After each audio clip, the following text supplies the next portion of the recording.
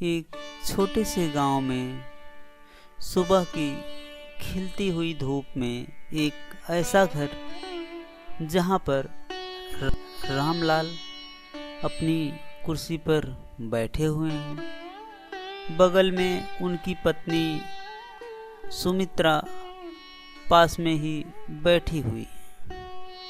शहर से प्रिया और आर्यन छुट्टियों में घर आए हुए हैं। पिताजी, मुझे समझ नहीं आता आप इस पुराने टूटे हुए मकान से इतना चिपके क्यों हैं। शहर चलिए, वहाँ सब सुविधाएं हैं। यहाँ ना ढंग का नेटवर्क है और ना सुकून। बेटा, ये मकान सिर्फ ईंट पत्थर का नहीं है। इसकी जड़ों में मेरे पिता का पसीना और तुम्हारी माँ की दुआएं हैं। जड़ें छोड़ दोगे तो फल कहाँ से लगेंगे बेटा? भाई, पिताजी सही कह रहे हैं, पर पिताजी, आर्यन की बात भी पूरी गलत नहीं है। आपकी उम्र हो रही है।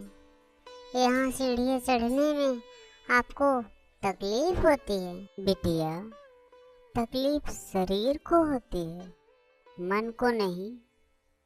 जब तक तुम दोनों यहाँ आते हो, ये घर खिल उठता है। आर्यन, हमेशा मोबाइल पर समय बिताने से अच्छा है कि परिवार के साथ समय बिताओ। ये अच्छे संस्कार नहीं हैं। ओ पिताजी, आप हर बात को संस्कार से जोड़ देते हैं। मैं बस एक जरूरी ईमेल देख रहा था। बेटा, जरूरी काम तो पूरी उम्र चलते रहेंगे, पर ये वक्त जो हम साथ बिता रहे हैं, ये दोबारा नहीं आएगा।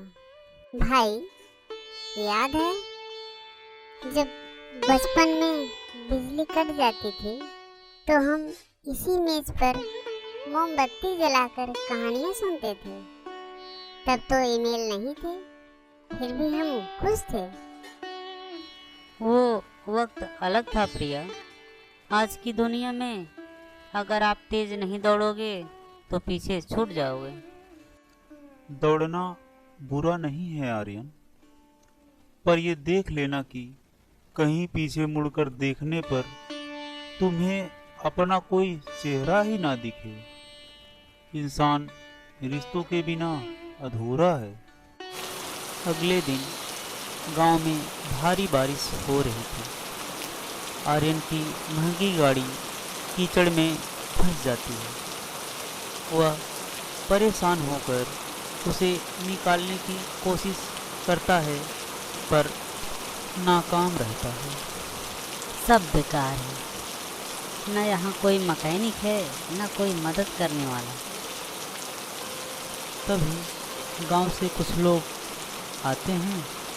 बिना कहे आर्यन की मदद करने लगते हैं। बारिश में भीगते हुए वे गाड़ी को धक्का देकर बाहर निकाल देते हैं। ये लीजिए, आप लोगों का शुक्रिया। अरे नहीं आर्यन बाबू, आप रामलाल जी के बेटे हैं। उन्होंने हमारे बुरे वक्त में हमेशा साथ दिया है। हम आपसे पैसे लेंगे तो पाप लगेगा। आर्यन शाम को पिताजी के पास जाकर बैठता है। पिताजी, आज मुझे समझ आया कि आपकी असली संपत्ति क्या है। क्या समझ आया बेटे? मैंने सोचा था कि पैसा और शहर की चकाचौंध ही सब कुछ है, पर आज उन लोगों ने आपकी वजह से मेरी मदद की। आपने यहाँ इंसान कमाए हैं, मैंने सिर्फ पैसे कमाए हैं। यही तो हमारे परिवार की नैतिकता है भाई। माता पिता ने हमें चलना सिखाया, पर हम भागने के चक्कर में ये भूल गए कि जमीन पर पाँव कैसे रखते हैं। बेटा, माता पिता कभी नहीं चाहते कि उनके बच्चे उनकी तरह जिए।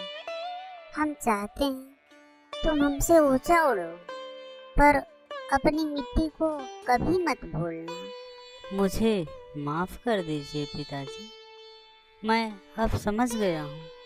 चाहे मैं कहीं भी रहूँ, मेरा दिल हमेशा इन संस्कारों से जुड़ा रहेगा। और हाँ, इस घर को हम बेचेंगे नहीं, बल्कि इसे और खूबसूरत बनाएंगे, ताकि हमारी अगली पीढ़ी भी यहाँ आकर अपनी जड़ों को पहचान सके। आज तुमने मुझे बहुत बड़ा उपहार दिया है बेटा।